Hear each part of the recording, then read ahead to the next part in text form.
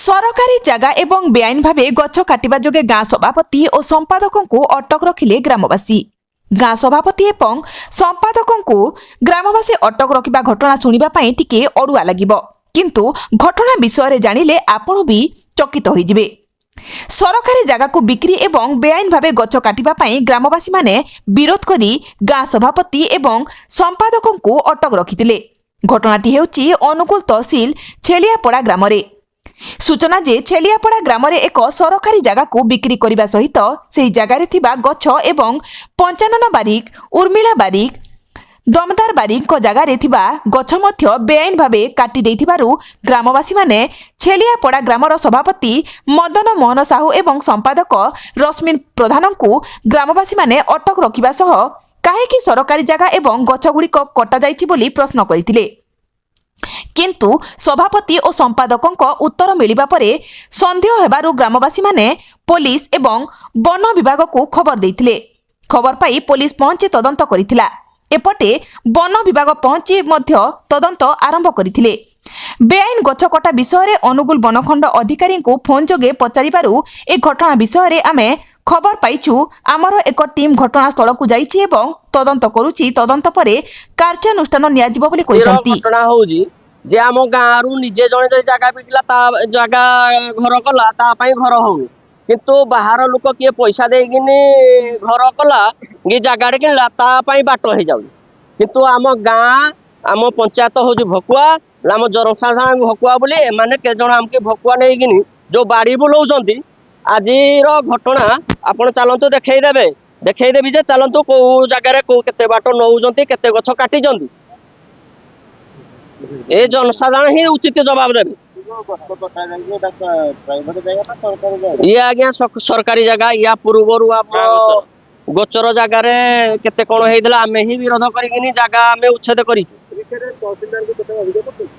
विषय आम तो जानु आगु जहाँ जी नहीं आम तहसीलदार को जाइनी गाँववासी सब जाक जाइनी माने आकट कर सामने देखो भिजुआल देखो देखदेवे कहले देखदेवी, किंतु ये जगह भी आम अटक रखीचु। कृषि विभाग मेडिकल विभाग आम भी बंद करूँ, किंतु वर्तमान जो अलग लोक माने बाहर लोक आई आम गाँव जो अधिकार करने चाहते जगार को, किंतु ये जगार चलते देखो केते बाट कौन जगह कि आम गाँव अधिकार चाहून ग्रामवासी अधिकार। मदन मोहन साहू सभापति। आज्ञा देखो ये हूँ कौन ये मैंने कहीं गाँव में चल प्रचल कर गाँव जहाँ गोटे ग्राम जंगल कराइला से बुढ़ा बुढ़ा सब कराइला सब गत भी गाँव वाला जाए कौन सहयोग कर ठाकुर टुकुर एकाठी सब पूजा होता जात्रा होता सब होता एम कहले आम चंदा दबुनि कि आम चलबुनि तुम जहाँ कर गाँव वाला कर उच्चेद गाँव रु बाहर पलि आसले गाँव वाला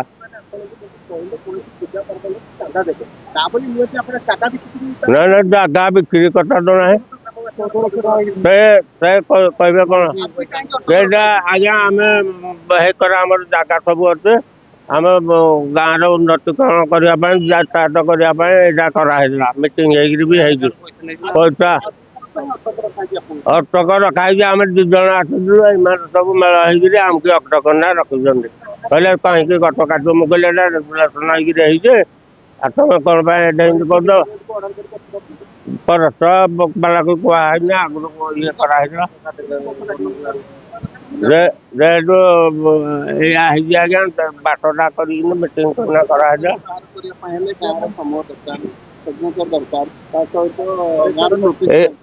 आज्ञा गाँव में कौन जाऊना किसी नहीं ये अलग सब रही सब चाई गाँव में जौतुक 350 घर केटे आम चली ये ना ये एक काटुबाटम भी आज्ञा 42 वर्ष दखल होता या भी उत्तर कलु आम लगे गाँव वाला एक गुटर जिते जी जहाँ धरला ये भितर करदे या भी भांगिलु प्रशासन को कहीकि नाटा बाकी रही चिन्हट होटा भी बाकी रही आजा मीटिंग कराई ମିଟିଂ ମାସ 2 ମାସ ତଳେ ବସିଥିଲା। ସବୁ ଗାଁରେ ଆଜ୍ଞା ନାହିଁ, ଏମାନେ ଚଳୁନାହାନ୍ତି କି କଣ? ହଁ ହଁ ନୋଟିସ୍ ସବୁ ଗାଁରେ ହେଇଥିଲା। ପଞ୍ଚାୟତ ନାହିଁ, ଆମେ ତ ଗାଁ ବାଲା ସବୁ ଲାଗିକିରି କରିଦେଲୁ, ଏମାନେ ସବୁ ଦଖଲ କରିକିରି କରିଦେଲେ। ଏଇଦିନ ଏମିତିଆ ହେଇଛି ଘଟଣା। ମୋ ଘର ହଉଛି ଛେଳାପଡ଼ା, ମୋ ଘର ନାଥ ସାହି, ମୋ ନାଁ ହଉଛି ଶ୍ରୀତମ ନାଥ। ମୁଁ କାଲି ଶୁଣିବାକୁ ପାଇଲି ଯେ ଆମ ଛେଳିଆପଡ଼ାରେ ଆମେ ବି ଗୋଟେ ଆମେ ବି ଲୋକ, ଆମର ସମସ୍ତେ କର୍ତ୍ତବ୍ୟ, ମୋ ଭାଇ ସମସ୍ତେ ଆମେ ଜାଣିବାକୁ ପଡ଼ିବ ଯେ ତମେ ଯଦି ଗୋଟେ କାମ କରୁଛ, ଜାଗା ବେଆଇନି କାମ କରୁଛ, ଆମକୁ ଜଣେଇବ କି ନାହିଁ? ଆମେ ମଣିଷ ନୁହଁ? ବୁଢ଼ାପଦା ମଣିଷ ନୁହଁ? ନୂଆ ଗାଁ ମଣିଷ ନୁହଁ? ସେ ଗାଁର ଲୋକ ନୁହଁ? ଛେଳିଆପଡ଼ାର ସେ ଲୋକ ନାହିଁ? ଭୋଟ କିଏ ଦଉଛି? ଆମେ ବି ଦଉଛୁ। ଆମେ ସରକାର କିଏ କରୁଛୁ? ଆମେ କରୁଛୁ। ତମେ ଯଦି ବେଆଇନି ତମେ କହିବ ଆମେ ସବୁ କିଛି ଗାଁର ଲୋକ, ତା ମାନେ ଆମର ସେ ଯୋଉ ଏବେ କହିଲେ ଉନ୍ନତି, ଏଇଠିରେ କଣଟା ଉନ୍ନତିର ରାସ୍ତା ଅଛି କୁହନ୍ତୁ ଆଜ୍ଞା? ସେପଟେ ପ୍ଲଟିଂ ହେବାକୁ ଯାଉଛି, ଏଇଟା ଏପଟେ ଆମର କ'ଣ କାମ? କିଛି ତ କାମ ନୁହଁ ନା। ଉନ୍ନତି କ'ଣଟା ଆମର? କାଲି ଶୁଣିବାକୁ ଆଜି ହେଇଥିପାଇଁ ମୁଁ ଯାଇଥିଲି, ଅଟକ ରଖିଲି ସବୁ କଥା, ତାପରେ ଆପଣଙ୍କୁ ଡକେଇଲି। ଯେହେତୁ କାର୍ଯ୍ୟକ୍ରମ ବନ୍ଦ କରିବାରୁ ଏମାନେ ଆମକୁ ଧମକ ଦେଉଛନ୍ତି। ଆମକୁ କିଛି ନୋଟିସ୍ ନାହିଁ, ଆମେ ମଣିଷ ମାନେ, ଆମକୁ କିଛି ବି ଏମାନେ କରୁନାହାନ୍ତି, ଯେମିତି ପଶୁ ଭଳିଆ ଦେଖୁଛନ୍ତି। ଏମାନେ କହୁଛନ୍ତି ଆମେ ସବୁ, ଏଇ ଗଛ କ୍ଷତିପୂରଣ କିଏ ଦବ? ଆମେ ଯଦି ଗଛରେ ଜଣେ ଲାଟିନ୍ ଗଲେ ବି ଏମାନେ ନୋଟିସ୍ ଦଉଛନ୍ତି। ଆଉ ଗଛ ଭାଙ୍ଗିଲେ କ'ଣ ତମେ ତାହେଲେ ପ୍ରମାଣ ଦବନି ଯେ ଗଛ ଭାଙ୍ଗି? ଅଟକ 2 ଜଣକୁ, ରଶ୍ମି ସାହୁ ଆଉ ମଦନ ପ୍ରଧାନ, ସାହୁ ମୁଁ ଜାଣିନି ତାଙ୍କ ନା, ଗ୍ରାମର ସେ ସଭାପତି ସେକ୍ରେଟାରୀ ହେଇଛନ୍ତି। ସେ ସବୁ କାମ ପୁରା ଗୁଣ୍ଡାରାଜ ଭଳିଆ କରୁଛନ୍ତି। ଏଟା ବେଆଇନି। ଏଇ ରାସ୍ତାରେ ଆମର ଉନ୍ନତି ନାହିଁ। ଭାଇମାନଙ୍କୁ ସମସ୍ତଙ୍କୁ ପଚାରି ଦିଅ, ଏଇ ରାସ୍ତାରେ ଆମର କ'ଣ ଉନ୍ନତି? ଆମକୁ କିଛି ଉନ୍ନତି ଏମାନଙ୍କ ଉର୍ଦ୍ଦୋଷ। ଏଇଟା ମୁଁ ଭାବୁଛି ଯେ ସେପଟେ ଯୋଉ ପ୍ଲଟିଂ ପାଇଁ ଜାଗା କିଣା ହେଇଛି, ସେଇଥିପାଇଁ ଏଇଟା। ପଇସା କଥା କହିବିନି ଆଜ୍ଞା, ମୁଁ ତ ପଇସା କେତେ ନେଇଛନ୍ତି କ'ଣ କିଛି ଜାଣିନି, ଏ ବିଷୟରେ କହିପାରିବିନି। କିନ୍ତୁ ଆପଣ ଆମ ଛୋଟ ଦୋକାନଟେ ଯିଏ କଲେ ବି ରୋଡ୍ ସାଇଡ୍ରେ ଏମାନେ ଉଠେଇ ଦେଉଛନ୍ତି। ଜଣେ ଗରିବ ଲୋକ ଖାଇବା ପାଇଁ ଦୋକାନଟେ ଖଣ୍ଡେ କଲେ ଉଠେଇ ଦେଉଛନ୍ତି। ଘରଟିଏ ଯଦି ଥିଲା ବି ଆସିକି ଉଠେଇ ଦେଉଛନ୍ତି। ଆପଣଙ୍କୁ ସେତେବେଳେ ନୋଟିସ୍ଟା ଦେବା ପାଇଁ ତମକୁ ଟାଇମ୍ ମିଳୁଛି, ଏବେ ଟାଇମ୍ ମିଳୁନି। ଆମେ ଚାହୁଁଛୁ ଏଇ ବେଆଇନି ଗୁଣ୍ଡାରାଜ ବନ୍ଦ ହଉ। 5 ବର୍ଷ ହେଲାଣି ଆମେ ସଭାପତି ସେକ୍ରେଟାରୀ 28 ଜଣ ମେମ୍ବରକୁ ନେଇକି ଆମେ କମିଟି ଗଢ଼ା ହେଇଛି। ଆଗରୁ ଯେଉଁ ଆକାରରେ ଥିଲା ଗାଁ, ସେ ଆକାରରେ ଆମେ କାର୍ଯ୍ୟ କରି ଆସୁଛୁ। ଫାଷ୍ଟ ଆମେ ଷ୍ଟାର୍ଟିଂ କଲୁ ଆମ ଗାଁର ଯେଉଁମାନେ ଜାଗା ଗୁଡ଼ାକ ଅକ୍ତିଆର କରି ଯେଉଁମାନେ ରଖିଥିଲେ, ଆମ ସମୂହ ଜାଗା ଉପରେ ଯେଉଁମାନେ ବସ୍ତି କରିଥିଲେ, ତାଙ୍କୁ ଆମେ ଉଚ୍ଛେଦ କରାଇଛୁ ଗଭର୍ଣ୍ଣମେଣ୍ଟ ସହାୟତା ନେଇକରି। କିଛି ଆମର କାଜୁ ବଗିଚା 18 କରିଥିଲେ, ତାକୁ ବି ଉଚ୍ଛେଦ କରାଇଲୁ। 3 ଏକର ଜାଗା ଗଭର୍ଣ୍ଣମେଣ୍ଟ ବାଲା ନେଇକି ତାକୁ ବି ଉଚ୍ଛେଦ କରାଇଲୁ। 80 ଏକର ବାଉଣ୍ଡରୀ ଆମର ଗାଁ ଆମର ଗୋଟେ ଜଙ୍ଗଲ ଦିଆହେଇଛି। ସେଇଟା 1962 ମସିହାରୁ ସୁଇଜରଲ୍ୟାଣ୍ଡ ବାଲା ଗାଁକୁ ଜଙ୍ଗଲ କରି ଦେଇଥିଲା। ତାକୁ ବି ନେଇକିରି ଗଭର୍ଣ୍ଣମେଣ୍ଟ ବାଲା ନେବା ପାଇଁ ଚାହୁଥିଲେ, ତାକୁ ବି ଅଟକି ରଖିଲୁ। ବର୍ତ୍ତମାନ ଆମେ ଏଇସବୁ କଲା ପରେ ଯେତିକି ପୂର୍ବରୁ ଆମର ଯେଉଁ ପୁରକା ଲୋକ ଥିଲେ, ଯେଉଁ ଆକାରରେ ଆମକୁ ଗାଁ ବିଷୟରେ ସବୁ ଦାୟିତ୍ୱ ଦେଇଥିଲେ, ସେ ଆକାରରେ ଆମେ ବର୍ତ୍ତମାନ ନିଭାଉଛୁ। ବର୍ତ୍ତମାନ ଆମର ଗାଁର ଉନ୍ନତି ପାଇଁ ଆମର ଗୋଚର ଯେଉଁ ଛେଳିଆପଡ଼ା ଗାଁର ଗୋଚର ଜାଗା ସାଇଡ଼୍ରେ ପବ୍ଲିକର ଯିବା ପାଇଁ ରାସ୍ତାରେ ଯାତାୟାତ କରିବା ପାଇଁ ପବ୍ଲିକ ଜାଗା କଡ଼େ କଡ଼େ ଆମେ ଗୋଟିଏ ରାସ୍ତା ବନାଉଛୁ। ସେଇଥିପାଇଁ ଆମର ଏଠି ଆମର ଛେଳିଆପଡ଼ା ଗାଁର କିଛି ଦେଖନ୍ତୁ, ଆମେ ତ କିଛି କହିପାରୁନି। ଯାହା ଆମ ଗାଁ ସମୂହ ବସିବ, ପଞ୍ଚାୟତ ଆମେ ଡାକିବୁ। କ'ଣ ନିୟମ ହେଇଛି ଗାଁର, କ'ଣ ହେଇଛି ପୂର୍ବରୁ ଆମର ଦେବାଦେବୀ ସବୁ ଥିଲେ, ସେ କ'ଣ ପାଇଁ କିଏ ଗାଁ ବର୍ତ୍ତମାନ ଆମର 4-5 ସାହି ହେଇଯାଉଛନ୍ତି। ସେ କ'ଣ ପାଇଁ ମୁଁ ଚାହେଁ ଯେ ଦେଖନ୍ତୁ ଆମେ ସମସ୍ତେ ମିଶିକି ରହିବା। ଆମର ଏଇଟା ଉଦ୍ଦେଶ୍ୟ ହେଉଛି, ଦେଖନ୍ତୁ ଆମର ବର୍ତ୍ତମାନ ଆମେ ଯଦି ରୋଡ଼ଟା ଦେଉଛନ୍ତି, ଆମର ସମସ୍ତଙ୍କର ଉପକୃତ ହେବ। ଆମର ଯେଉଁ ଗଭର୍ଣ୍ଣମେଣ୍ଟ ବାଲା ସବୁ ଜାଗା ଗୁଡ଼ା ହଡ଼ପ କରି ନେଇଯାଉଛି, 25 ଏକର ଆଗରୁ ଦେଇଦେଲେ, ତାକୁ ବି ସେ ଗଲା। ବର୍ତ୍ତମାନ ଯେଉଁ ଜାଗାଟା ନେଇଯାଉଛି ଆମେ ଅଟକାଉଛୁ। ଅଟକିଲା ପରେ ଆମେ ବର୍ତ୍ତମାନ ଗାଁର ଉନ୍ନତି ପାଇଁ ବି ଚିନ୍ତା କରୁଛୁ। ଆମେ ଜାଣିନୁ ଯେ କେଉଁ ସାହି ସବୁ ଗାଁରୁ ବର୍ତ୍ତମାନ ଧୀରେ ଧୀରେ ସବୁ ଛାଡ଼ି ଯାଉଛନ୍ତି। ତେଣୁକରି ଗାଁର ଦେବାଦେବୀ ପୂଜା ପୂର୍ବରୁ ସମସ୍ତେ ଆମର ପୁରକା ଲୋକ ବି ସମସ୍ତେ କହିବେ କ'ଣ ହେଇଛି କ'ଣ ନାହିଁ, ସେ ବିଷୟରେ ଆମେ ଆଲୋଚନା କଲେ ବାକି ଆମେ ଯାହା ପୁଣି ଆମେ ଡିସିସନ୍ ନେବୁ।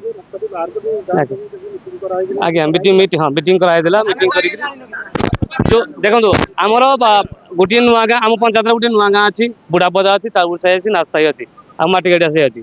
ଏସବୁ ବୁଢ଼ାପଦା, ତାଉଗୁଡ଼ ସାହି, ମାଟିଗାଡ଼ିଆ ସବୁ ମିଶିକିରି ବି ଗାଁରେ ଅଛନ୍ତି। ସେମାନେ ଅଲଗା ବି ସାହି ବନେଇଛନ୍ତି। ତେଣୁକରି ପୂର୍ବରୁ କ'ଣ ପୁରକା ସମସ୍ତେ ଦେଖନ୍ତୁ, ଆମେ କାହାକୁ ହଇରାଣ କରିବା ପାଇଁ ଚାହୁଁନୁ। ଗାଁ ସଭାପତି ସେକ୍ରେଟାରୀ ଆମେ ସବୁ ଦେବାକୁ ଚାହୁଛୁ ଗାଁର ଉନ୍ନତି ପାଇଁ। କ'ଣ ମିଟିଂ ଆମର ଆଗରୁ ଏଇ 2-3 ମାସ ହେଇଛି, ଏଇ 2-3 ମାସ ପୂର୍ବରୁ ମିଟିଂ ହେଇଛି। ସବୁ ଫଇସଲା କଲା ପରେ ଆମେ ଏଇଟା ଗୋଟେ ଗାଁର ଉନ୍ନତି ପକ୍ଷରେ ଆମେ ଗୋଟେ ରାସ୍ତା କରିବା ପାଇଁ ଯୋଜନା କଲୁ। ଦେଖନ୍ତୁ ଗ୍ରାମବାସୀ, ଦେଖନ୍ତୁ ଆପଣ ଆମେ ସମସ୍ତେ ଯେତେବେଳେ ବସିବୁ, ସେ ପୁରକା ଲୋକ କହିବେ କିଏ ଆକ୍ଚୁଆଲି।